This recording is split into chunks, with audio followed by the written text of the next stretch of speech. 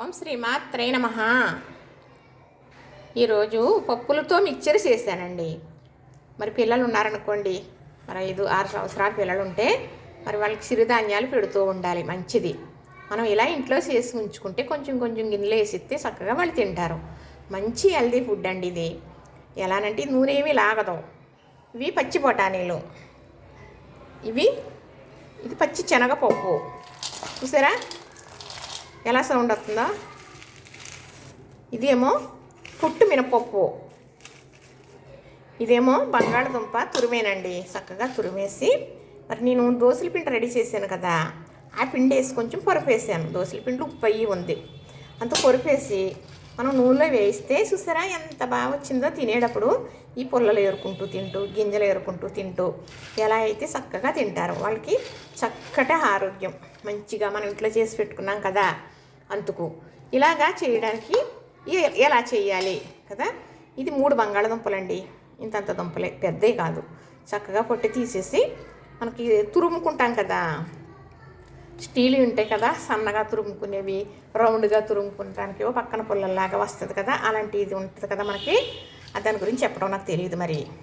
అయితే దాంతో ఇలా పుల్లలాగా వచ్చే సైడ్ నుంచి కోరేసానండి బంగాళదుంప. నీటిలో వేసేసాను. తర్వాత మళ్ళీ మంచి తెల్లటి నీటిలో వేసాను. ఆ తర్వాత వడబుట్టలో వేసాను. వాడిపోయిన తర్వాత పొడి బట్ట మీద వేసాను. చక్కగా కొంచెం పొడి లేకుండా ఆరిపోయింది. దాంట్లో దోశల పిండి రెడీ చేసుకుని ఉంచుకున్నాను నేను ఇంట్లో. మీకు అది వీడియోలు పెట్టాను. ఆ పిండిలో కొంచెం ఉప్పు అన్నీ కలిపేసి ఉంచేసాను. సాల్ట్ అంటే కళ్ళుప్పు ఉప్పు చేసుకుంటాను నేను. అది కొంచెం పిండేసి ఈ బంగాళదుంప తురుముకున్న దానికి ఆరిపోయిన తర్వాత అప్లై చేసేటప్పుడు చక్కగా పట్టేసుకుందండి పిండి. ఇదిగో పిండి వేసి కలిపాను, అందుకే ఇలా వచ్చిందనమాట. మరి కరకరలాడుతూ చాలా బాగా వచ్చింది. ఇది ఒకటి. ఇది పొట్టు మినపప్పు, మరేమో పచ్చి శనగపప్పు, బఠానీలు. ఇవి వీటికి అవే. బఠానీలు వేరేగా, శనగపప్పు వేరేగా, మినపప్పు వేరేగా నానబెట్టుకున్నాను గిన్నెల్లో. నానబెట్టుకుని పొట్టు మినపప్పు శుభ్రంగా కడిగేసి పొట్టు అనేది తీసేసాను. మనం తీయకపోయినా పొట్టు ఉంచుకుంటే మంచిదే, కానీ మనం వేపేటప్పుడు పప్పును అంటుకుని ఉండదు. పొట్టు వేరేగా సెపరేట్ అయిపోద్ది, చూడటానికి అయితే బాగోదు. అందుకని కడిగేసి తీసేసాను. ఎంతో కాదండి ఇది. మరి అలా పొడిపప్పు ఎక్కువే ఉంది, ఏగిపోయి కొంచెం అయింది. ఈ పప్పు బద్దలు ఒక్కొక్కటి తింటూ ఉంటే చాలా పంట పడేటప్పుడు చాలా బాగుంటుంది. పిల్లల కొరకు ఇలా చేసి పెట్టుకునేదాన్ని నేను ఎప్పుడైనా, ఏదో నాకు నేను కావాలిగా ఆలోచించుకొని.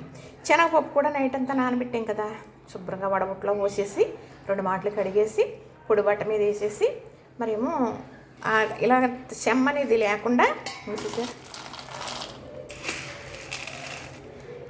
ఇది ఆరబెట్టేసాను. ఇది కూడా అలాగే చక్కగా కడిగేసి వడపోసేసి చెమ్మ అనేది లేకుండా మరి పొడి బట్ట మీద వేసేసాను. ఇవి ఇక్కడికి 4 రకాలు కదా. ఇది ఉప్పు కారం కలిపిందండి. ఇది మెత్తన ఉప్పు కలిపేసాను ఇందులో వేసేసామనుకోండి చక్కగా ఉప్పు కారం కదా. ఇప్పుడు ఇవన్నీ కలిపేసుకుందాం. చక్కగా ఇవన్నీ ఇలా కలిపేసుకుందాం. అంటే పిల్లలకు పెట్టేటప్పుడైతే మనం ఇంత కారం వేయకూడదు. కారం వేయకపోయినా పర్వాలేదు, మరి పిల్లలు ఎక్కువ కారం తినరు కదా. మనం పెద్దవాళ్ళ కోసం చేసేది మొదలు నేను ఇది కారం వేసాను ఇందులో. ఇది పప్పుల మిక్చర్ చాలా బాగుంటుందండి. ఇలాంటి మిక్చర్ కొనుక్కుందామన్నా దొరుకుద్దా చెప్పండి? మనం ఇలా తయారు చేసుకున్నాం కాబట్టి మనకి కొనుక్కున్నట్లో బఠానీలు గింజలు అక్కడక్కడ ఉంటాయి. అలానే మరి పప్పు కూడా ఉంటుంది, ఒక పప్పు. ఇలాగ మరి బంగాళదుంప చిప్స్ ఉంటుందో లేదో నాకు తెలియదు, కానీ మనం ఇంట్లో ఇలా చేసుకోవడం వల్ల ఇప్పుడు ఇలా చేసాం కదా, ఇలా కలిపేసేటప్పటికి ఇది ఏదో నూనె లాగేస్తుందో నూనె వంట అనుకుంటారు. కాదు, నూనెలో దేవుతాం కాబట్టి అలా నిగనిగలాడుతూ కనపడుతుంది. ఆ నూనె అనేది పైన వాటర్ ఇలాగ ఆరుతుందో అలా ఆరిపోతుంది. ఇది చక్కగా గట్టి మూత డబ్బాలో వేసేసుకుని ఉంచుకుని ఒక చిన్న గిన్నెడు వేసుకుని కూర్చుని తింటున్నాం అనుకోండి, స్పూన్ వేసుకుని మంచిగా బఠానీ గింజ ఒకసారి ఇలా తీసుకు తినాలనిపిస్తుంది. అలా తింటూ పప్పు బద్ద ఒకసారి. ఇది పప్పులు మిక్చరే. చూసారా బాగా రెడీ అయింది. చూస్తే బాగుందా? మరి ఇంత ఒరిజినల్గా మనం కొనుక్కుంటే ఇలాంటివి దొరుకుతుంది అంటారా? అసలు నా మాటకి. కానీ ఇలా చేసుకున్నాం అనుకోండి పిల్లలకి పెట్టుకోవచ్చు. కారం తినే పిల్లలు అయితే కారం వేయండి, లేదంటే కారం మానేయండి, లైట్గా ఉప్పు వేయండి. మరీ సప్పగా ఉంటే పిల్లలైనా తినలేరు కదా. కానీ ఇదైతే మంచి హెల్దీ ఫుడ్ అండి.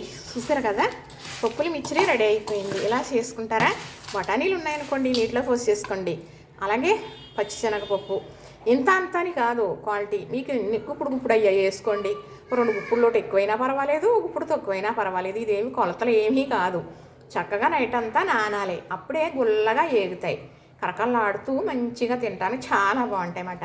ఒక నైట్ అంతా మాత్రం నానాలి. ఇది తప్పనిసరి. చూసారు కదా, పప్పులు మిక్చరీ చెయ్యాలనుకున్నానండి, మీకు చూపించాలి అని. ఇప్పుడు మా పిల్లలు చిన్నప్పుడు చేసాను ఇలాగా. ఇప్పుడు మళ్ళీ మీకోసం చేసాను. చూసారా, నచ్చిందా? మరి లైక్ చేస్తారా, షేర్ చేయండి, సబ్స్క్రైబ్ చేయండి.